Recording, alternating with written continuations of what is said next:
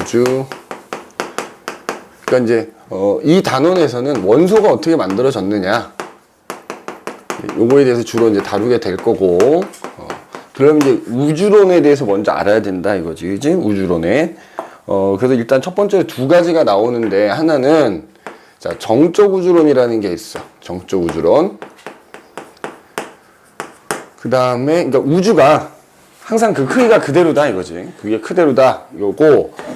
그 이론하고 이제 약간 대립되는 이론으로 팽창 우주론이라는 게 있었지. 팽창 우주론. 아니다. 우주는 끊임없이 팽창하고 있을 것이다. 라고 이제 주장하는 사람들이 있었단 말이야. 정적 우주론을 주장한 그렇지. 아인슈타인. 근데 이제 선생님 한번 찾아봤어. 뭐냐면 이 사람이 이제 상대성 이론이라는 걸 발표를 했잖아. 근데 그 중에서 이제 일반 상대성 이론이 있단 말이야. 그럼 이제 그 일반 상대성 이론을 주장하면서 뭐 그 방정식 같은 게 있어. 근데 이제 웃긴 게는 그 아인슈타인의 일반 상대성 이론의 방정식을 이렇게 풀이를 하면 우주는 팽창을 하거나 수축을 하거나 둘 중에 하나의 결과가 나와야 되는 거야.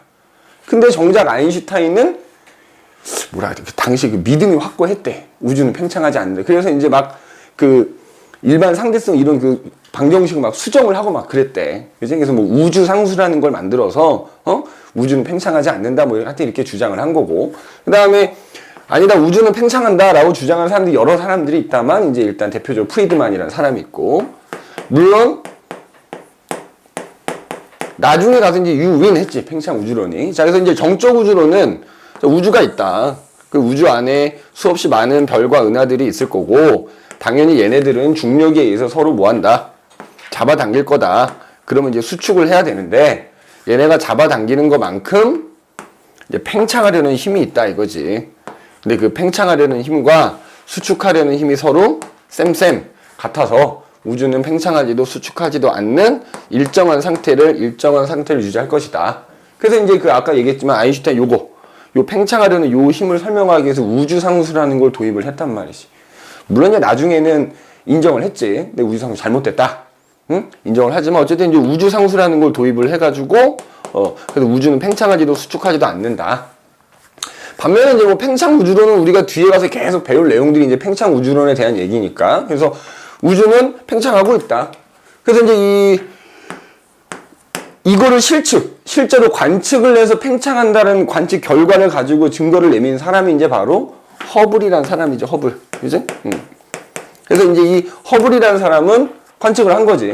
관측을 해서 특히 중학교 3학년 때도 나오는 얘기지만 이 사람이 또 뭘 했지? 안드로메다, 지금 현재 안드로메다 은하라고 부르는 게 당시 사람들은 우리 은하 안에 있는 하나의 성운일 거라고 생각을 했는데 이 사람이 그 거리를 쟀어. 그 봤더니 우리 은하 안에 있을 수가 없는 거야. 그래서 안드로메다는 우리 은하가 아닌 또 다른 은하다. 외부 은하를 일단 처음 관측했지. 그래서 그 무수히 많은 외부 은하들을 관측해갖고 모양에 따라서 은하의 종류를 막 나눠놨지. 그러다가 어쨌든 이 사람이 그 외부 은하들을 관측을 했단 말이야. 그랬더니만 그 외부 은하에서 오는 별빛을 봤더니 적색 편의가 나타나더라는, 어떤 외부 은하를 보더라도 적색 편의라는 게 나타나는 걸 관측했어. 자, 은하에서 오는 별빛, 뒤에 가서도 스펙트럼 얘기가 나오겠지만 은하나 별이나 태양이나 성분이 다 비슷해. 그러니까 걔네들에서 오는 별빛의 스펙트럼을 분석을 해보면 걔네들이 가만히 멈춰 있다면 태양의 스펙트럼하고 동일하게 나타내야 되는데, 예를 들어서 태양의 스펙트럼이 만약에 뭐 요렇게 이런 식으로 나타났다고 하면, 그지? 특히 이제 스펙트럼 중에서 흡수 스펙트럼을 본 건데,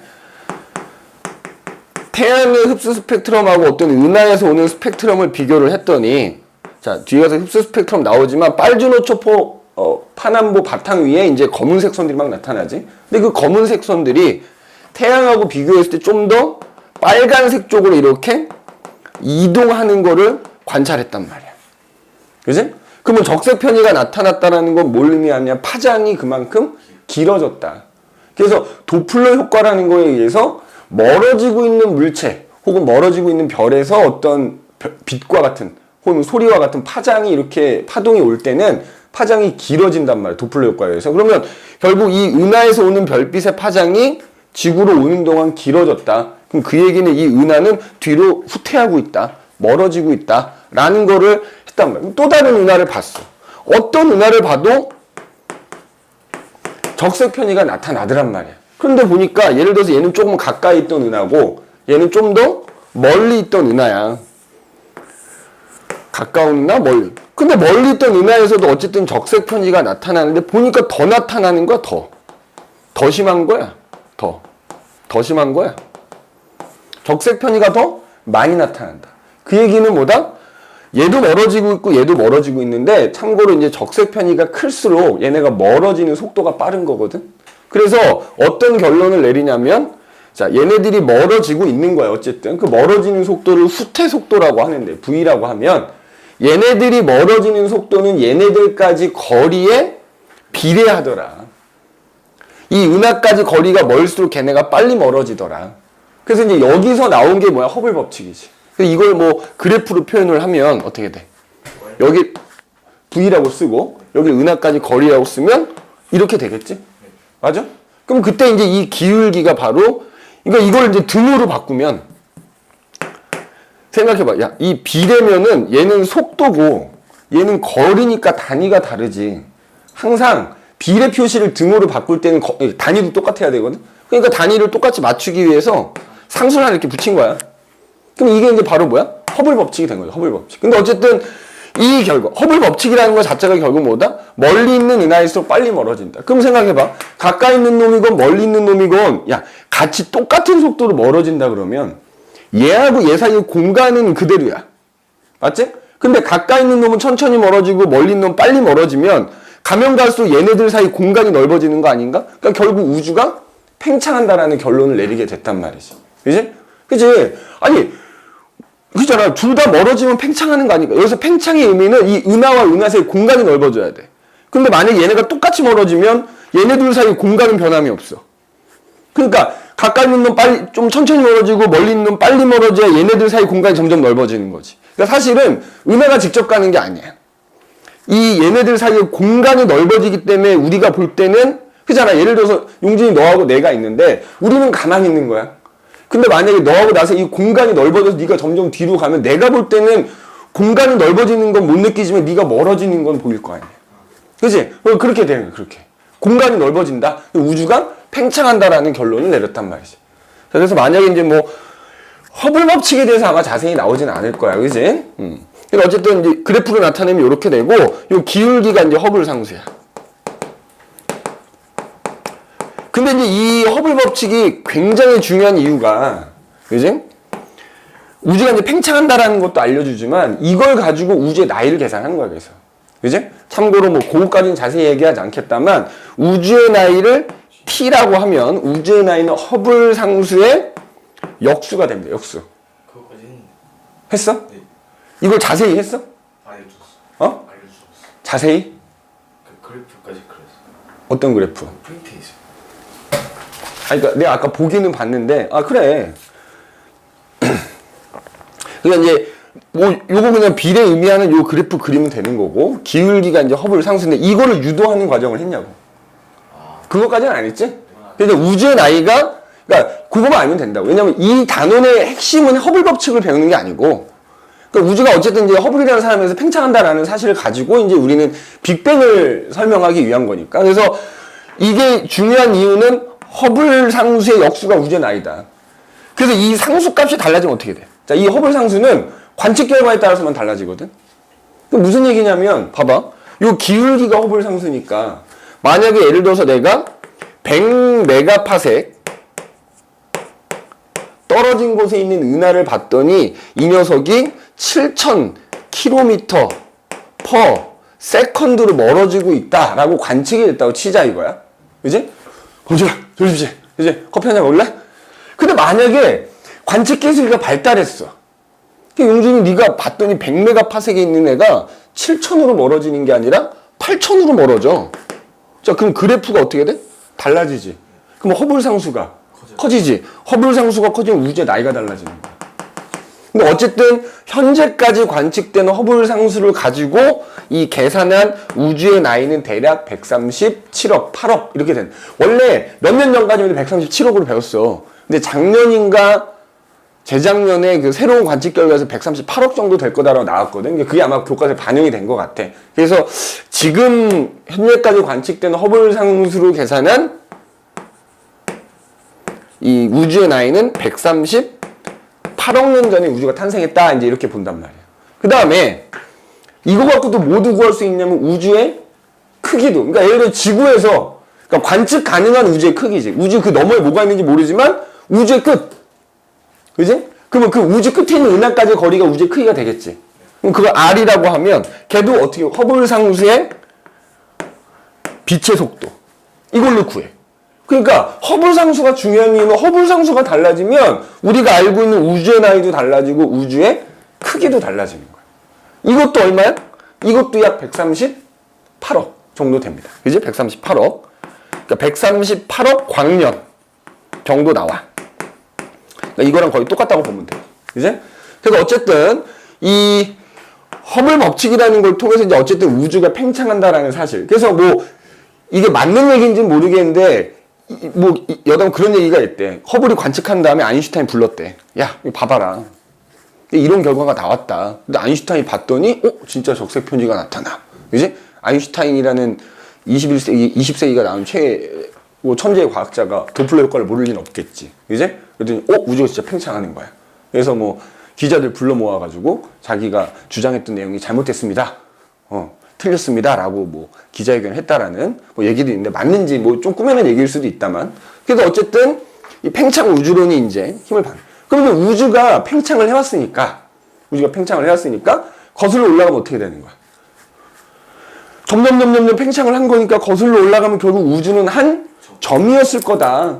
우주는 한 점에서 시작됐을 것이다 라고 주장한 게 이제 바로 뭐야? 빅뱅 우주론이 되는 거야. 빅뱅 우주론. 그지? 빅뱅 우주론. 자, 지우고. 그래서 이 단원의 핵심은 빅뱅 우주론이고, 빅뱅 우주론에 의해서 이제, 그 빅뱅 우주론 내용을 살펴보는 거다. 이렇게 보면 돼. 그래서 일단 빅뱅 우주론. 자, 가모프 또는 가모라는 사람이 이제 주장을 한 거지. 그래서 근데 이 또 빅뱅 우주론하고 대립하던 이론이 또 하나가 있어요. 정상우주론이라는 게 있어요. 정상우주론. 자, 호일이라는 사람이 이 주장한 게 이제 정상우주론이고, 이 빅뱅 우주론은 가모프라는 사람이 이제 주장을 했는데, 또 웃긴 건 빅뱅 우주론의 이름은 호일이라는 사람이 붙였대. 그러니까 뭐냐면, 자기 이제 주장을 막 주장하면서 되게 속담 말로 빅뱅 우주론 깎아내린 거지. 깐 거지. 그래서 에이 뭐 우주가 뭐 빅뱅에 의해서 만들어졌다 합디다 뭐 이런 식으로 약간 비아냥거리는 식으로 했는데 이제 그게 이름이 붙은 거지. 자, 그래서 빅뱅 우주론이 있고 정상 우주론이 있어. 근데 일단 이 둘 다 꼭 기억해야 돼요. 공통점은 우주가 팽창한다는 걸 기반으로 하는 거야. 그러니까 정상 우주론도 일단 우주는 팽창하는 거야. 빅뱅 우주론도 우주가 팽창하는 거야. 그래서 보면은 빅뱅 우주론 같은 경우에 우주가 그래서 결국 한 점이었다 이거지. 거슬러 가면. 근데 야, 온 우주에 있는 모든 것들이 한 점에 있었으니까 온도 졸라 높고 밀도 졸라 높고 압력 졸라 높았겠지. 초고온, 초고압, 초고밀도인 한 점에서 그러니까 뭐 나이가 이제 138억 년이라고 그랬으니까 138억 년 전에 빅뱅 큰 폭발이 일어났다 이거지. 그래서 우주가 만들어지고 그 이후에 쭉 계속 뭐 해왔다? 우주가 팽창해왔다라고. 물론 이 빅뱅 우주론도 완벽한 이론이기 때문에 완벽하진 않거든. 그러니까 이게 빅뱅 우주론의 모순이라는 거 아마 나중에 너희가 배울 기회가 있을 텐데, 뭐 그거를 보완하기 위해서 인플레이션 이론이라는 것도 있고 뭐 여러 가지가 있대. 근데 우리는 뭐 그걸 배우는 건 아니니까. 그 다음에 그럼 정상 우주론도 팽창하는 거야. 자, 근데 어떤 학생이 질문하더라. 선생님, 정상 우주론도 한 점 아닌가요? 그치? 팽창이니까. 찾아봤어. 그러니까 이 사람의 주장이니까 시작도 없고 끝도 없는 거야. 단지 현재 팽창하고 있다. 뭐 약간 이런 개념이야. 정상 우주론은. 그런데 어떤 차이냐? 자, 그럼 이제 우주가 이렇게 만들어졌어. 그럼 이제 우주가 만들어지고 얼마 지나지 않아서 이제 소위 말하는 별이나 은하가 우주에서 생겼을 거란 말이야. 그럼 이제 은하가 이렇게 생겼어. 그리고 시간이 우주가 팽창하더라도 자, 가모라는 사람, 이 가모프라는 사람은 우주가 이제 팽창함에 따라 온도가 점점 내려간다 이거야. 온도가 내려가니까 이때 별과 은하가 만들어졌지만 그 이후로는 못 만들어진 거야. 온도가 내려가다 보니까. 그러면 당연히 그 별과 은하들 사이 거리가 멀어졌겠지. 그래서 결국 시간이 지날수록 우주의 온도는 계속 내려갔을 것이고, 그 다음에 은하가 별이 만들어진 그 이후에 만들어지지 않았기 때문에 질량은 항상 일정할 것이고, 그 다음에 질량은 일정한데 우주가 팽창해서 부피가 커지면 밀도는 점점 낮아질 것이다. 그지? 라고 주장한 거지. 온도 점점 낮아지고 밀도 점점 낮아지고 질량은 일정하다. 반면에 정상우주론은 뭐냐? 자, 우주가 예를 들어서 요만했어. 근데 별과 은하가 만들어졌어. 그러면 시간이 지나면 우주가 팽창하잖아? 그럼 팽창한 것만큼 또 사이사이에서 새로운 별이나 은하가 생겨날 거다. 그러다 보니까 자, 우주가 팽창하더라도 온도는 변하지 않는다 이것이. 온도 일정하다 이거. 그 다음에 봐라. 부피가 커진 것만큼 은하들이 생겼어. 질량 늘어났지. 밀도도 일정하다 이거야. 그 다음에 당연한 얘기지만 새로운 별이나 은하들이 생겨났으니까 질량은 어때야 돼? 증가해야지. 자, 말이 안 되는 거지? 근데 이게 왜 말이 안 돼? 질량 증가잖아. 질량 보존 법칙이라고 하는 절대불변의 법칙이 위배되잖아. 그지? 그 질량 보존 법칙이 뭐 여기서만 성립하는 건 아닐 거 아니야. 우리가 법칙이라고 부르는 거는 어떤 상황에서도 어디서나 성립해야 되는 거니까. 일단 그거에 위배돼서 틀리다 이거지. 그리고 이제 나중에 가서 실제로 요 가모의 빅뱅 우주론을 뒷받침하는 강력한 두 가지 증거가 실제로 관측이 돼. 빅뱅이 예측을 했는데 그걸 실제로 관측한 것 때문에 이제 이 이론은 사장이 되고 빅뱅 우주론이 가장 유력한 학설로 받아들여집니다. 그럼 그 증거 두 가지가 뭐냐? 이걸 뒷받침하는 증거 두 가지. 이거 이제 뒤에 가서 하나씩 설명할 텐데 만약 쓰라고 하면 첫 번째 더 이상 만들어지지 않았다 그랬잖아. 그럼 이때 만들어진 거나 현재나 얘네들의 뭐 질량비는 일정해야 되겠지. 그래서 수소와 헬륨이라는 원자들이 우주에 존재하는 원자들의 질량비가 3대 1로 존재한다. 과거나 지금이나 질량비가 3대 1로 존재한다 라는 거고, 자, 두 번째는 우주 배경 복사라는 게 있어. 자, 이건 이제 좀 이따 다 하나씩 나오니까. 그래서 자, 이거 처음에 가모가 이렇게 주장을 했어. 근데 실제로 이게 나중에 스펙트럼 분석을 하니까 3대 1이 나오고, 그 다음에 펜지어스하고 윌슨이라는 사람이 우연하게 이걸 관측을 또 했어요. 그래서 이 두 가지를 통해서 빅뱅 우주론이 맞구나라는 거 꼭 기억을 해 두시면 되겠다 이거지. 그지? 그럼 우리가 이제 볼 거는, 그지? 우리가 볼 거는 이제 가모라는 사람이 요렇게만 주장하지는 않았겠지. 그러면서 여기서 이제 여러 가지 소위 별하고 은하가 만들어지려면 소위 말하는 물질이 만들어져야 되는 거고, 그 물질이 만들어지려면 원소가 만들어져야 되니까 그것들을 쭉 이제 설명을 해놨단 말이지. 이제 그 얘기를 한번 해보도록 하자 이거죠. 그지? 그 얘기를 한번 해보도록 합시다. 자, 물론 이제 너희 학교에서 준 프린트에도 그렇고 우리 이제 그 완자 책에도 보면은 막 시간 단위가 막 나오거든. 시간 단위가 막 나와. 근데 그 시간까지는 뭐 일일이 다 기억할 필요는 없고 시간으로 꼭 기억해야 되는 건 두 가지 정도. 자, 일단 볼게. 빅뱅이 일어났어. 딱 빅뱅 딱. 그지? 138원이 빅뱅이 일어난 거지. 자, 그리고 나서 이제 우주가 점점 이렇게 팽창을 했을 텐데, 이제 뭐 거기 나와 있으니까 굳이 쓰자면 빅뱅이 일어나고 10의 마이너스 35승 초, 그러니까 정말 순식간이지. 그때 뭐가 만들어지냐면 기본입자라는 게 만들어요. 기본입자. 기본입자라고 부르는 게 우주에서 만들어진 거예요. 10의 마이너스 35승 초일 때지. 아주 순식간이니까. 자, 온도 졸라 높았겠지. 그지? 그럼 기본입자가 뭐가 만들어졌냐면, 혹시 이거 할 때 니네 학교에서 쌍생성, 쌍소멸 뭐 이런 얘기 했니? 아니요. 그런 거 안 했지? 그런 거 안 했으면 그냥 기본적인 거 한다. 그럼 기본입자가 두 종류가 만들어져. 첫 번째는 뭐가 만들어지냐면 쿼크라고 부르는 애하고, 자, 경입자라고 부르는 애. 그지? 경입자 혹은 렙톤이라고 불러. 자, 당연히 입자니까 질량을 가지고 있겠지? 근데 경입자는 왜 경입자겠어? 가벼운 경자, 너무 가벼운 입자인 거지. 질량을 거의 무시해도 될 정도. 자, 얘네들이 각각 6종류가 만들어졌어.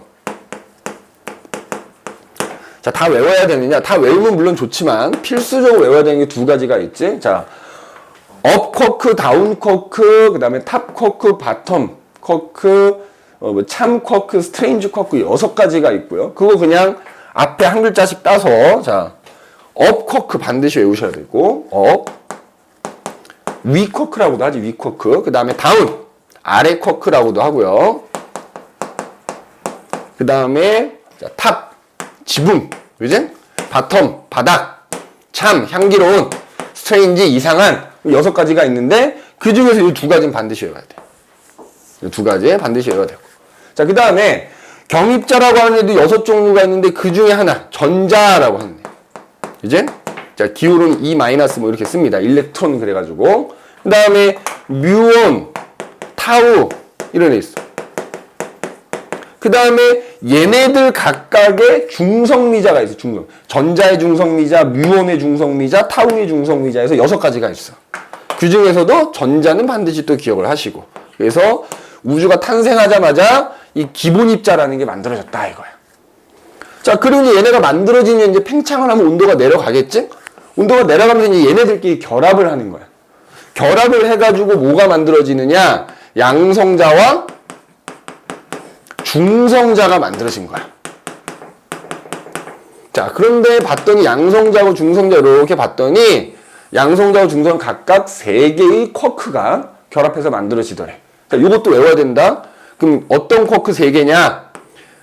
양성자는 업 쿼크 2개, 다운 쿼크 하나, UU, D가 이게 결합을 해서 만들어졌고, 중성자는 UDD. 그죠? 이렇게. 자, 그 다음에, 우리 알다시피 전자는 전하 띄지. 마이너스 1만큼의 전하를 띈다고 하지? 그러면 상대값으로 나타냈을 때. 그러면 이 양성자 전체가 플러스 1만큼의 전하를 띄어. 그 다음에 중성자는 중성이니까 전하를 띄지 않거든. 그럼 생각을 해봐. 쿼크 3개가 결합을 해가지고 플러스 1 전하를 띈다는 얘기는 쿼크들도 전하를 띄고 있다는 얘기지. 맞지? 그러면 이 쿼크들이 띄는 전하량을 각각 U와 D라고 하면 방정식. 자, EU 플러스 D가 1이 나올 거고요. U 플러스 2D가 0이 나오는 거야. 그럼 요거를 그냥 뭐 연립방정식 이렇게 풀어. 뭐 이게 EU 4D 0 해갖고 풀면은 땡땡땡. D는 저기 뭐야. 마이너스 3분의 1이 나오고요. U는 플러스 3분의 2가 나오는 거지. 그지? 범준아? 범준아. 힘들어서 의아냐? 그지? 후닥후닥 하고 후닥후닥 쉬고 뭐 이렇게 해줄 때 아침 수업 힘드니까. 그지? 자, 그래서 요걸 통해서 얘네들의 전하량도 알고 계셔야 돼요. 그걸 생각을 해보자. 자, 얘가 플러스 뛴단 말이야. 플러스 3분의 2. 얘 플러스 3분의 2. 그지? 얘 마이너스 3분의 1이고, 뭐 얘도 마찬가지. 플러스 3분의 2, 마이너스 3분의 1, 마이너스, 뭐 이렇게 되겠지? 그럼 우리 알다시피, 플러스 전기 띄고 플러스 전기 띄면 우리 밀어내겠지. 전기력이라는 힘에 의해서.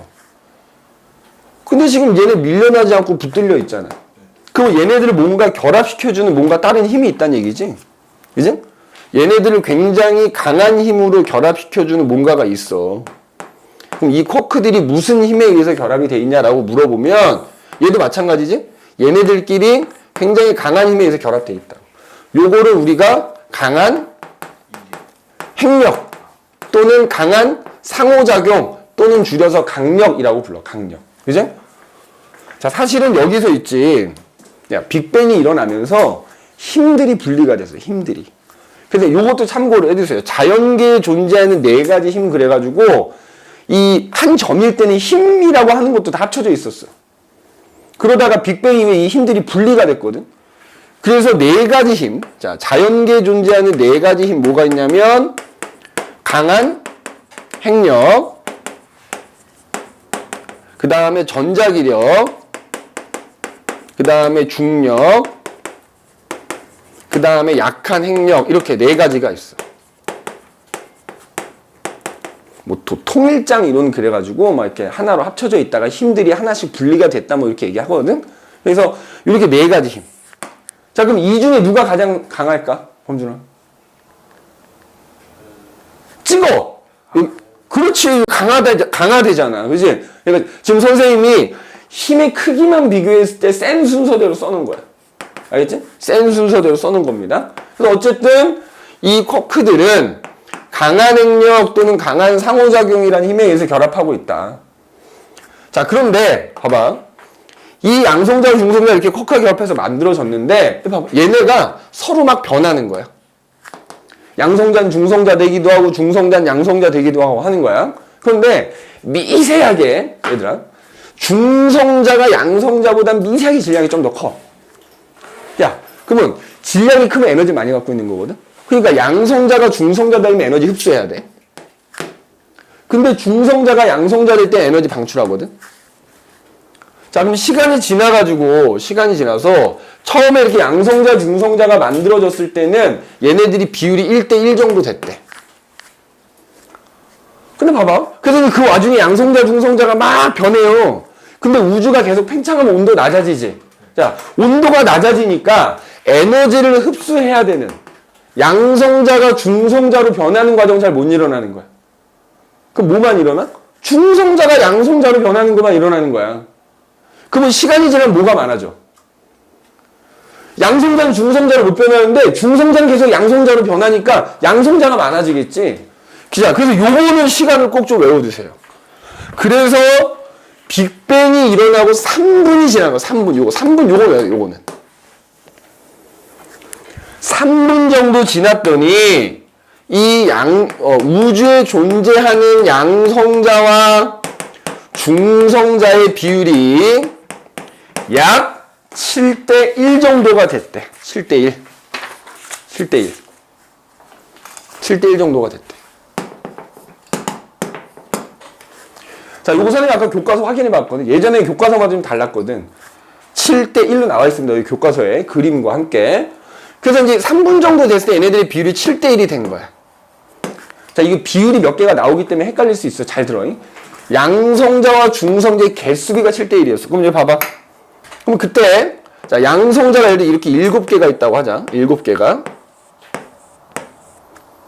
이렇게 7개가 있다고 합시다. 그러면 그때 이제 중성자가 2개가 이렇게 있는 거지. 7대1의 비율로. 그럼 이때 뭐가 일어나느냐? 봐. 헬륨이라는 원자의 핵이 만들어집니다. 헬륨 원자 핵이 만들어져. 이거 잘 봐야 돼, 니네. 이거 뭐 때문에 실수하냐면 헬륨 원자가 만들어진 게 아니고 원자 뭐가 만들어졌어? 핵이 만들어진 거야, 핵. 자, 그러면 헬륨, 우리가 원자 번호가 있죠, 원자 번호. 원자 번호는 뭐 갖고 따지는 거지? 양성자 수 갖고 따져. 그럼 헬륨은 원자 번호가 2번이야. 그럼 원자 번호 1번인 애가 누구야? 수소. 아직 수소도 안 만들어졌는데 헬륨이 만들어졌네? 자, 이미 수소는 만들어졌어. 봐봐. 우리가 일반적으로 말하는 수소는 이렇게 쓰거든? 원자 번호 1번이니까 양성자 하나야. 즉, 양성자가 곧 뭐야? 수소의 핵이야. 알겠니? 양성자가 뭐다? 수소라는 원자의 핵인 거지. 이미 만들어진 거지, 얘는. 그지? 이미. 그럼 그 상태에서 이제 헬륨 원자핵이 어떻게 만들어지느냐 봐봐. 헬륨 원자핵은 요거 양성자 2개와 중성자 2개가 이렇게 결합해서 헬륨이라는 원자핵이 하나가 되는 거야. 헬륨 원자핵은 양성자 2개와 중성자 2개로 이루어져 있는 거야. 그러면 자 7대1인 상황에서 이렇게 만들어졌어. 만들어지면 자 얘네는 이제 뭐가 되는 거야? 남아있는 12개는 다 수소의 핵인 거지, 따지면. 그지? 수소의 핵인 거지. 자, 그러면 3분이 돼서 헬륨 원자핵이 만들어졌어. 그럼 그때 우주에 존재하는 수소 원자의 핵과 헬륨 원자의 핵의 개수비는 몇 대 몇이야? 12개의 요거 헬륨의 하나지. 얘네들의 개수비는 12대 1일 거지. 자, 그 다음에 양성자하고 중성자는 뭐 미세하게는 중성자가 더 무겁지만 질량 비슷하다 그랬지. 맞아? 그럼 봐봐. 얘네 질량을 1이라고 할게, 1. 그럼 이거 12개의 질량 얼마야? 12지. 그럼 얘는 1짜리가 4개니까 헬륨이라는 원자의 하나의 질량은 4가 나올 거야. 맞지? 그래서 결국 3분이 됐을 때 우주에 존재하는 수소핵, 원자핵의 질량비는 몇 대 몇이다? 3대 1이다 이거지. 근데 가모라는 사람은 아까 얘기했지. 이 이후에 더 이상 만들어지지 않았기 때문에 현재도 얼마다? 현재 우주에 존재하는 수소와 헬륨의 질량비도 3대 1일 것이다. 자, 그런데 봐. 핵의 질량이잖아. 근데 우리가 원자의 질량은 곧 핵의 질량이야. 왜냐하면 전자는 너무 가벼워서 질량 무시해도 되거든. 그러니까 원자 핵의 질량이 곧 원자의 질량이다 이렇게 생각하면 돼. 그래서 가모는 이걸 근거 이런 주장을 한 거지. 가모프라는 사람이. 그래서 현재도 우주에 있는 수소와 헬륨이 3대 1의 질량비로 존재할 것이다라고 주장을 했단 말이지. 그래서 3분이 됐을 때 물론 뭐 우리 너희 학교 프린트에 보면은 온도도 나와 있다. 이 온도도 혹시 모르니까 외워두자면 10의 9승 켈빈 정도. 그지? 온도로는 10의 9승 켈빈인 거지. 자, 그런데 봐봐. 그 원자핵 만들어졌지. 홍준아. 그 다음에 전자는 이미 만들어져 있었지. 근데 결합을 못해. 왜냐면 이제 전자하고 핵하고 결합하면 원자잖아. 근데 온도가 아직 너무 높기 때문에 그냥 서로 만들어져는 있지만 막 미친 듯이 막 그냥 돌아다니고 있기 때문에 결합을 못해. 원자가 아직 형성된 건 아니란 말이야. 자, 그리고 나서 우주가 계속 팽창해. 이제 온도가 낮아지니까 더 이상 다른 원자핵은 안 만들어진 거야. 자, 그러다가 자, 여기 지울게. 시간이 쭉 흘러서 자, 요거 꼭 또 외워야 돼. 38만 년이 된 겁니다. 38만 년이 된 거야. 빅뱅이 일어나고 요거 38만 년. 자, 그랬더니 우주의 온도가 점점점 낮아져서 한 3000 켈빈 정도가 된 거지. 3000 켈빈. 3000 켈빈 정도가 된 거야. 자, 그랬더니 자, 봐봐. 그러면 그 38만 년이라는 시간 동안 그지? 이때라고 치자. 이때 이후에 더 이상 안 만들어졌다 하더라도 자, 양성자 졸라 많을 거고, 그지? 양성자 졸라 많을 거고, 그 다음에 이제 걔네들이 결합한 헬륨의 원자 핵도 이렇게 군데군데 있겠지?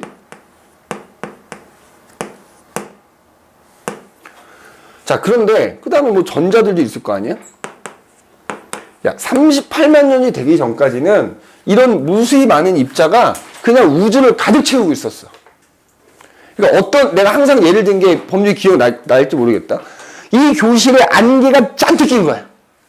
그 안개 물방울 하나하나가 이런 입자들이라고 쳐봐. 너무 진하게 껴서 용진이가 저 밖에 서 있고 내가 여기 있는데 용진이 나 당연히 안 보이는 거야. 그 다음에 내가 손전등을 켰어. 그럼 손전등에서 빛이 나가지. 근데 용진이가 밖에서 볼 때는 그 빛을 켰는지 안 켰는지도 몰라. 그 얘기는 뭐야? 내가 여기서 손전등을 켜도 여기 가운데 너무 진하게 껴있는 안개 때문에 빛이 저까지 가지 못한 거지. 그러니까 38만 년이 되기 전까지는 이런 입자들이 무수히 온 우주를 가득 채우고 있어. 그 다음에 빅뱅이 일어났을 때 당연히 어때? 빛이 생겼을 거 아니야. 근데 그 빛이 이 무수히 많은 입자들에 부딪혀가지고 나가지를 못하고 있었다고. 이렇게 못하고 있었다고.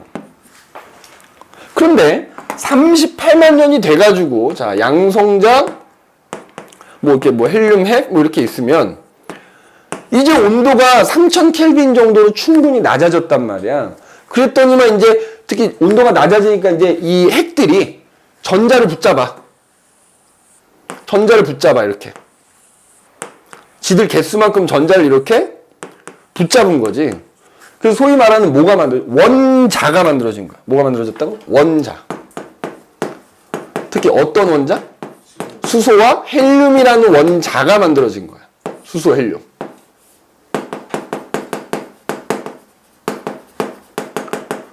자, 그래서 이렇게 쉽게 말하면 이제 정리가 되는 거야. 그러면 그동안에, 얘들아, 그동안에 못 빠져나가던 빛이 어떻게 돼?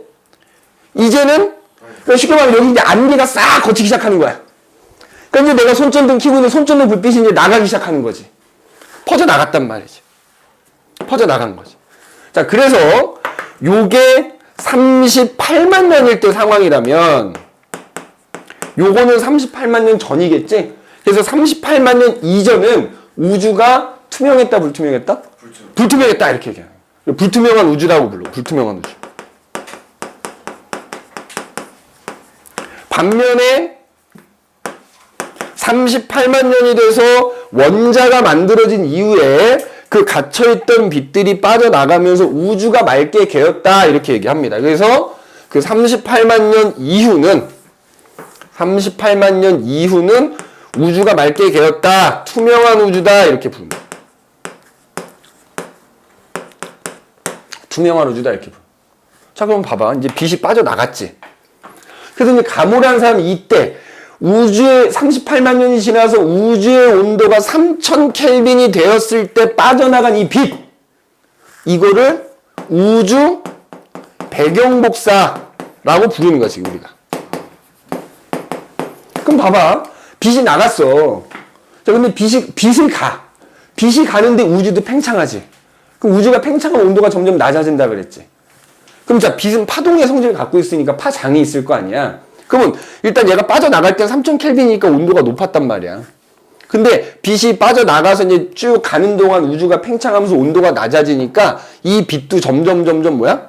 파장이 점점 길어지게 돼서 현재 그 굉장히 파장이 길어진 빛이 당연히 지구로 쏟아져 들어오고 있을 거다. 그리고 현재 우주의 온도는 그게 대략 3켈빈 정도 될 거다라고 가모프라는 사람이 주장을 했더란 말이지. 그러면 이 사람이 주장이 맞는지 틀린지 요거만 관측하면 게임 끝인 거지. 관측을 했대잖아. 누가? 펜지어스하고 그래서 실제로 이 사람들이 이걸 관측해가지고 노벨상도 받았대. 근데 이게 관측하게 된 계기가 굉장히 우연하게 관측을 했더라는 거야. 잘 봐. 내가 이 우주 배경 복사가 관측된 게 빅뱅 우주론의 강력한 증거라 그랬지? 자, 예를 들어 지구가 있는 거야. 그지? 지구에서 자, 이제 이 빛이 이렇게 올 거 아니야.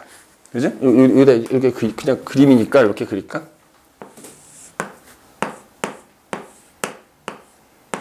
올 거 아니야? 자, 펜지어스하고 윌슨이 쉽게 말하면 안테나를 들고 무슨 실험을 하고 있었대. 그지? 요즘은 니네 TV 볼 때도 안테나를 안 쓰니까 사실 잘 모른다만 선생님 어렸을 때만 하더라도 집집마다 안테나들이 옥상에 하나씩 서 있었거든? 그러면 비 오고 이러면 막 TV에 뒤집거리고 그랬어. 그러니까 그 안테나에 전파라는 신호가 들어오는 거지. 그러면 이제 펜지어스와 윌슨이 실험을 하는데 이상한 잡음 같은 게 계속 들리는 거야. 그러니까 뭔가 이상한 전파가 잡히는 거지. 그래서 이거 안테나 방향이 잘못돼서 그런가 보다. 방향 바꿨대. 계속 들어와. 어느 방향을 향해도 이상한 잡음이 계속 들어오는 거야. 그럼 도대체 이 잡음이 뭐냐? 추적을 한 거지. 추적을 했더니 어느 방향이든 상관없이 안테나를 어느 방향으로 향하더라도 이게 파장이 대략 7cm짜리가 계속 들어오더라는 거야. 어느 방향에서든지. 그럼 파장이 이제 한 7cm 정도가 되면 우리 이제 그 빛을 파장에 따라서 부르는 명칭이 다르지.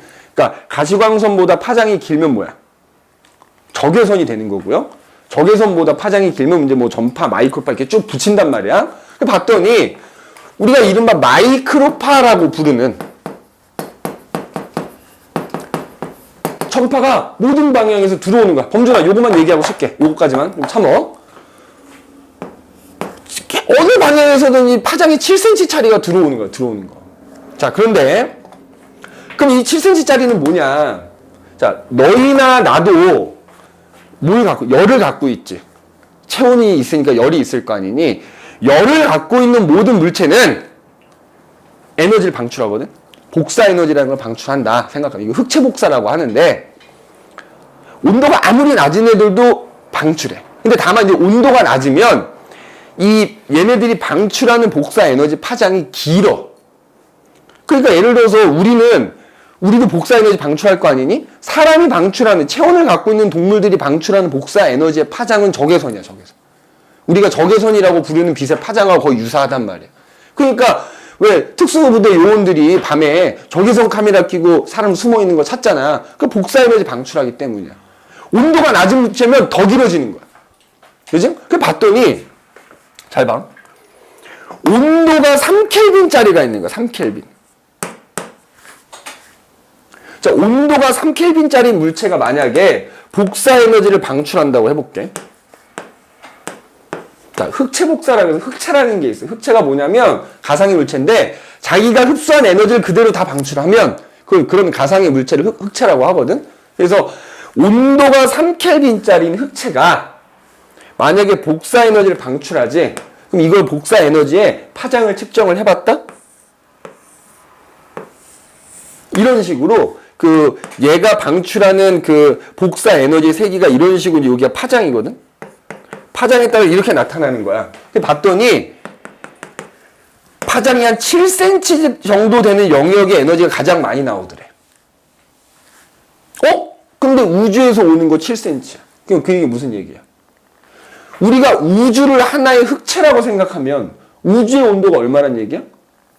3켈빈인 거고 걔가 왜냐면 3켈빈인 애는 무조건 7cm짜리 파장 복사 에너지를 방출한단 말이야. 근데 우주에서 온 게 7cm짜리면 뭐야? 얘랑 파장이 같은 거 아니야. 그럼 결국 이 우주 전체를 하나의 흑체라고 생각을 하면 이 새끼 3켈빈인 거야. 그러니까 얘가 3켈빈이니까 얘가 뭐야? 7cm짜리를 방출하는 셈인 거지. 그러면 가모라는 사람이 우주의 온도가 점점점 낮아져서 현재 3켈빈일 거라고 주장했는데 그거랑 맞아 떨어지는 거야. 그래서 결국 펜지어스하고 윌슨이 바로 이 우주 배경 목사라는 걸 관측해가지고 빅뱅 우주론이 맞다라는 거를 입증을 해준 거지. 그래서 이거는 이제 펜지어스하고 윌슨이 지상에서 관측을 한 거고 그걸 좀 더 이제 정밀하게 관측하기 위해서 위성을 띄우지. 코비 위성이라는 걸 띄웁니다. 그다음에 더 정밀하게 하기 위해서 W맵 위성이라는 걸 띄우기도 해. 그다음에 최근에 이제 거기 그 니네 16페이지 아래쪽에 보시면 플랑크 위성을 띄워가지고 우주 배경 복사 관측을 했어 지금. 그지? 그래서 보면 그 우주 배경 복사가 우주 전체적으로 어때 균일을 하더라는 거지. 균일.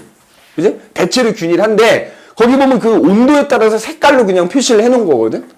전체적으로 균일한데 미세하게 색깔들이 조금씩 다르지. 그게 중요한 거야.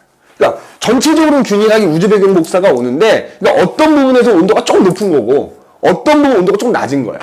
그럼 미세하게 불균일하다라는 거 뭐냐면 예를 들어 온도가 좀 높다라는 거는 거기에 수소하고 헬륨이 조금 많이 놓여있다. 근데 만약에 이 우주 배경 복사가 완벽하게 균일했다면 현재 우주는 없는 거야. 별이나 은하는 없는 거지.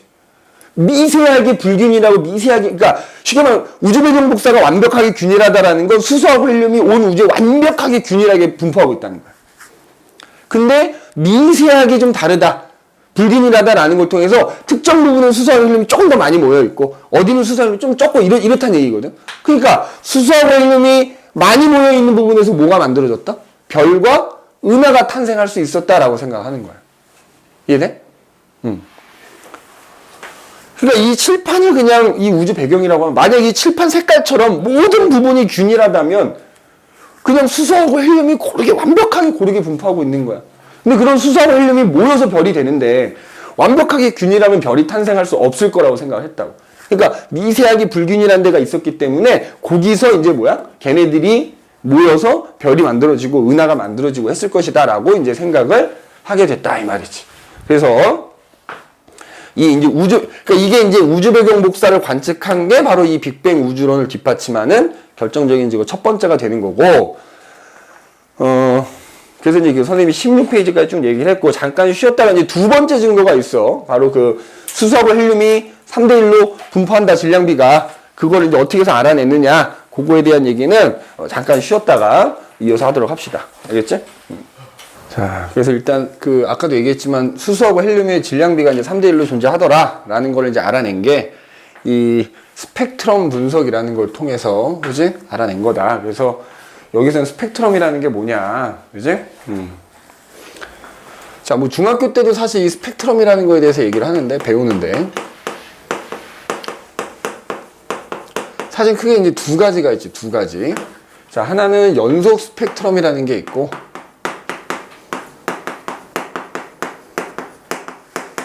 또 하나는 이제 선 스펙트럼이라는 게 있지. 자, 연속 스펙트럼 이거 정확히 중학교 2학년 때 배우거든. 또 이거 이제 예를 들어서 우리 햇빛 있지, 햇빛. 햇빛을 프리즘이나 분광기라는 기계에 통과시키면 어떻게 되지? 자, 여기 만약에 프리즘이 이렇게 딱 있어. 여기다 이제 햇빛을 우리 햇빛과 같은 햇빛 안에는 사실 여러 가지 색깔이 들어있지. 그래서 그리고 그 색깔마다 또 파장이 달라. 이 빛이라는 게 파장을 갖고 있다 그랬잖아. 그래서 이 프리즘이나 분광기에 의해서 걔네들이 이제 굴절하는 게 달라가지고 이게 나뉘어져서 우리 알다시피 이런 식으로 뭐 빨주, 노초, 파남, 보라색이 쭈르르르르 연속적으로 그 색깔의 띠가 나타나는 게 연속 스펙트럼이 됩니다. 이제 연속 스펙트럼이 돼. 그래서 그럼 왜 이게 연속적으로 나타나냐 이제 그게 중요한데, 그러니까 우리가 지상에서 이제 받는 이 빛은 파장을 갖고 있다. 그러니까 그 안에는 모든 파장이 다 들어있는 거야. 쉽게 말해 모든 모든 파장이 연속적으로 들어있는 거야. 그러다 보니까 걔네들이 다 나뉘어지면서 이제 연속적으로 쭉 색깔띠가 나타나는 게 되는 거죠. 그래서 분광기를 통과했을 때 나타나는 연속적인 색깔의 띠를 우리가 연속 스펙트럼이라 하는 거야. 그런데 여기서 중요한 건 사실은 요 선 스펙트럼이거든. 이거 뭐냐? 이게 또 두 가지가 있어. 두 가지가. 흡수 스펙트럼이라는 게 있고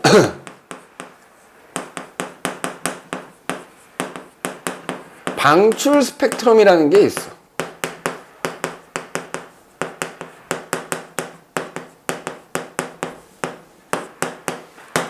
근데 이제 아까 수소와 헬륨의 질량비가 3대 1이다라는 걸 알아낸 거는 사실은 요거 이용한 거다라고 생각하면 되거든. 그럼 뭐냐? 흡수가 된 거야, 흡수가. 빛이 일부분이 어딘가에 흡수가 돼서 그 빛이 지구에 안 온 거야. 그러니까 예를 들자면 태양이 있어. 뭐 은하나 태양이나 다 동일하니까. 그럼 여기서 이제 빛이 나온다고 하는데, 니네 태양도 대기가 있니 없니? 태양도 대기가 있어. 그게 이제 평상시에 밝아서 안 보이는 것 뿐이지. 그러면 뒤에 와서 뭐 별에 대해서 나오겠지만 주성분 수소하고 헬륨이야. 거의 수소겠지. 여기 수소기체가 이렇게 있다고 칩시다. 그러면 자 여기서 이제 빛이 나와요. 빛이 나오면서 얘가 수소기체를 통과하겠지. 그러면 그 수소가 빛이 수소를 통과할 때 수소가 그 빛의 일부를 흡수해 버리는 거야. 이해됐어? 그 아마 흡수 스펙트럼의 정의는 빛이 저온의 기체를 통과했을 때, 그지? 그러니까 이게 저온의 기체라고 생각합니다. 이 수소라는 기체가 이 햇빛의 일부를 흡수해. 그러면 그러니까 예를 들자면 이렇게 얘기할게. 파장이 1부터 100까지 다 있어 여기에는. 1부터 100까지 파장이 다 있는 빛이 나오는데 만약에 얘가 파장이 99인 빛을 흡수해버렸어, 수소가.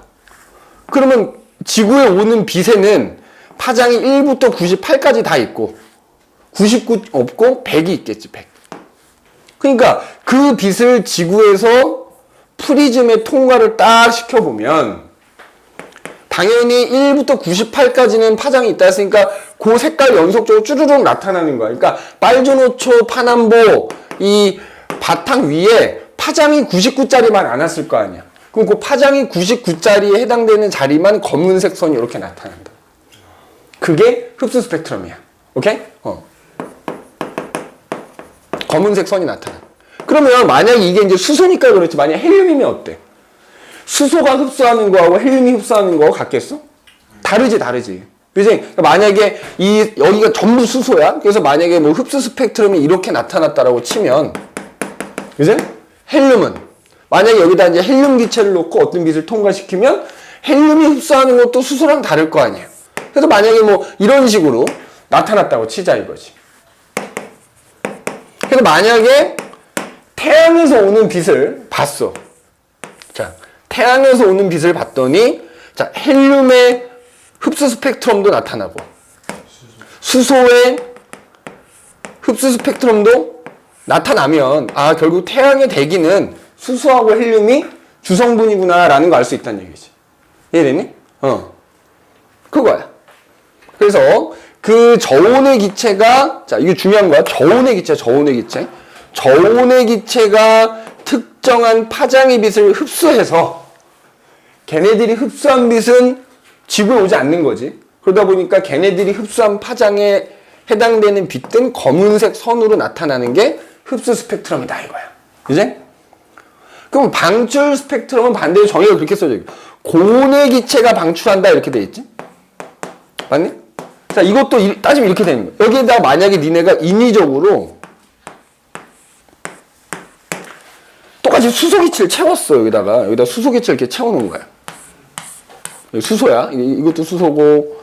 자, 예를 들어 이것도 수소라고 할게. 자, 여기다가 이제 니네가 가열을 하든지 아니면 높은 전압을 딱 걸어줘, 이렇게. 그러면 얘네가 빛이 나거든? 빛을 방출한단 말이야. 그래서 방출인 거야. 근데 생각해봐. 얘가 흡수한 게 99짜리 파장의 빛을 흡수했으면 얘네가 방출할 때는 그냥 우리 눈에는 밝은 빛이지만 얘가 방출한 빛은 파장이 99짜리 빛만 방출하는 거야. 그러면 그거를 분광기에 통과시키면 어떻게 되는 거야? 다른 파장은 없는 거잖아. 99짜리만 있는 거잖아.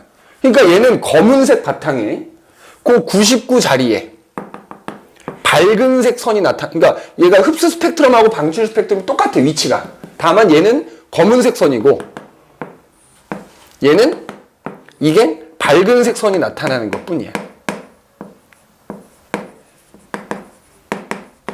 알겠니? 이해됐어?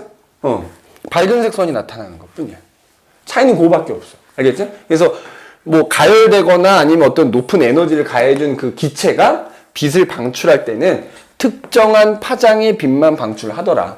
그리고 그 녀석이 어떤 빛을 흡수한다면 특정한 파장의 빛만 흡수하더라. 그 차이인 거야. 그래서 얘는 빨주노초 파남보 바탕 위에 검은색 선이 나타나는 거고, 얘는 다른 파장의 빛은 없으니까 색깔이 없는 거지.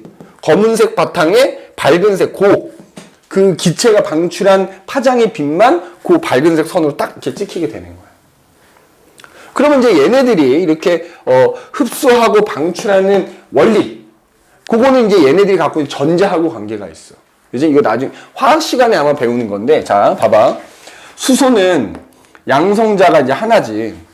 그리고 이제 전자도 하나만 갖고 있단 말이야. 그지? 내가 아까 뭐 수소 원자하고 헬륨 원자 만들 때 뭐 전자 하나, 이건 설명 안 했다면 당연히 알고 있을 거라고 생각을 하고, 원자 번호 1번, 니는 원자 번호가 걔네가 갖고 있는 전자 수야. 수소 원자는 전자 하나.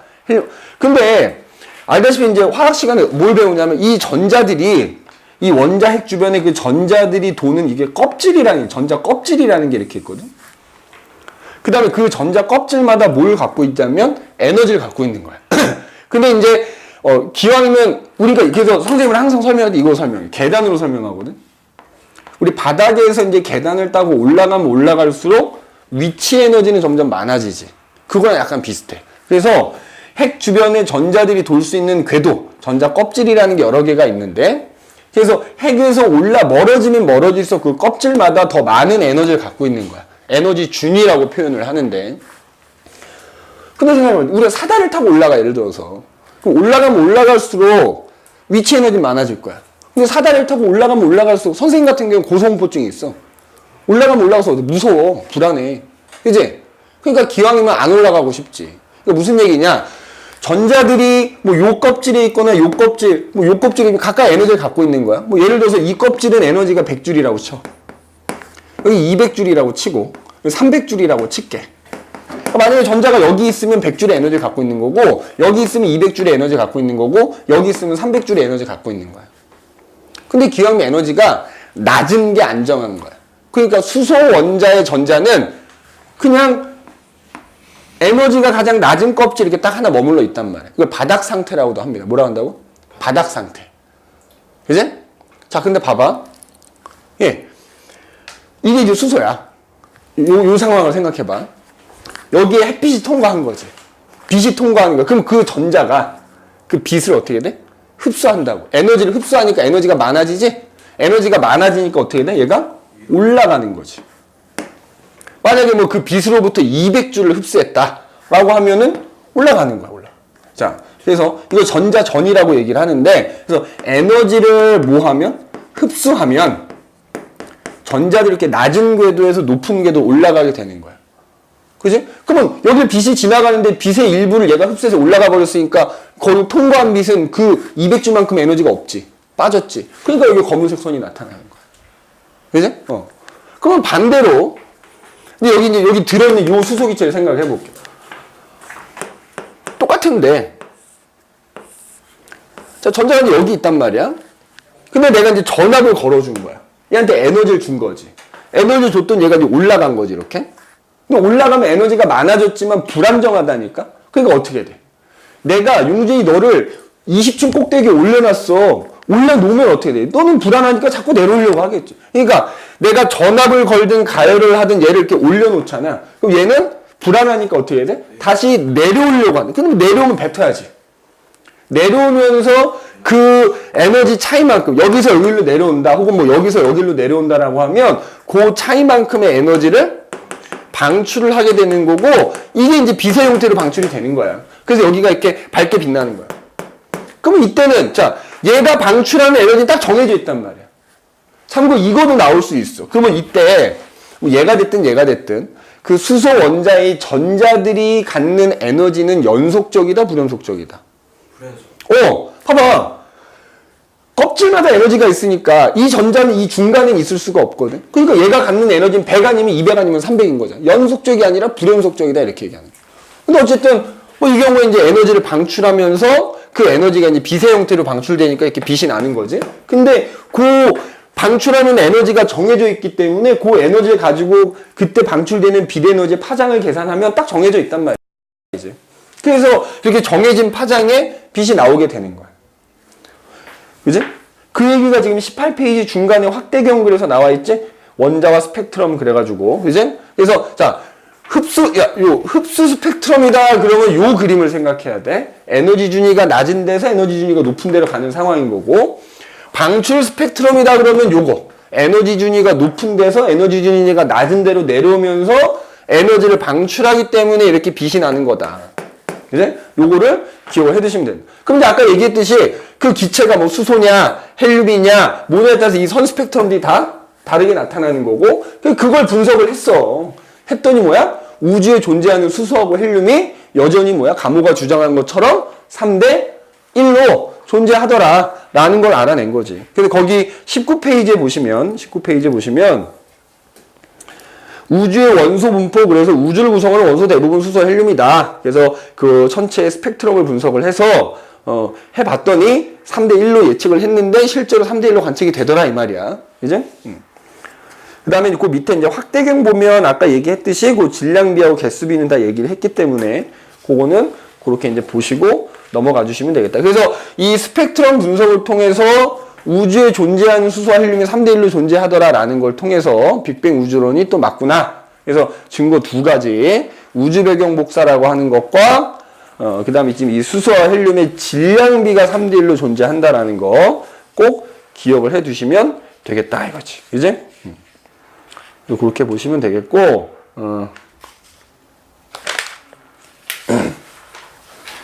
뭐 뒤에 넘기면 이제 뭐 쭉 선생님 설명했던 얘기들에 대해서 내신 만점 문제까지 쭉 해가지고 25페이지까지는 숙제고 일단 거기를 좀 한번 할게. 그 17페이지하고 지금 20페이지는 지금 풀고 넘어갑시다. 17